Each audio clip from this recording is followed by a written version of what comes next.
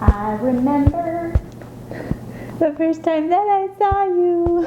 So I do remember the first moment I met you. You were sitting in the Baltimore Convention Center eating your sandwich with the rest of the YFJ kids who were having a reunion. Mm-hmm. On the 300 level, overlooking the Charles Street lobby, right across from the door to the music rehearsal room, which was 301. Hello. Hello. What is going on now?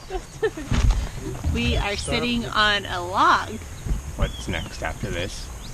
We're going to hike. We just got to the trailhead. Oh, now they tell me. This is all that we've been doing for the last hour is just pretend. Yeah. After this is real. Shortly after, you emailed me about joining the GYC Music Committee. That was on Miss Lisa's recommendation. I have no idea why you took her recommendation, seeing she only had met me that once. I remember the recommendation, but even more than the recommendation, I remember wanting to be your friend. I'll never forget the morning that I was busily sweeping the little dorm that we were staying in Hungary during Youth for Jesus 2012, when Miss Lisa looked straight at me and emphatically stated and then restated how I should marry you.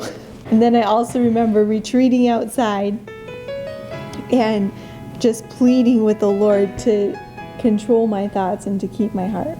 I don't know how he did it, sweet honey, like how the Lord did it, how he pulled off against all odds and provided for the miracle that was our friendship, that still is. Here's everyone's veggie sticks that I brought. Everyone is not here to eat their veggie sticks, so I'll just keep carrying them. That is Dragon Peak beside the lake. And Temple Peak is above the lake. And this is a Rubik's Cube.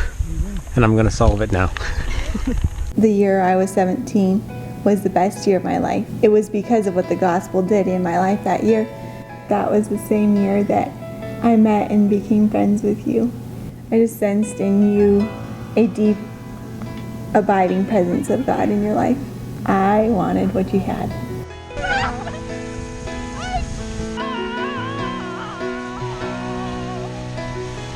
I am sure that is a miracle. I know it's a miracle. And yet, not entirely an impossible one, because your life has done the same thing for me.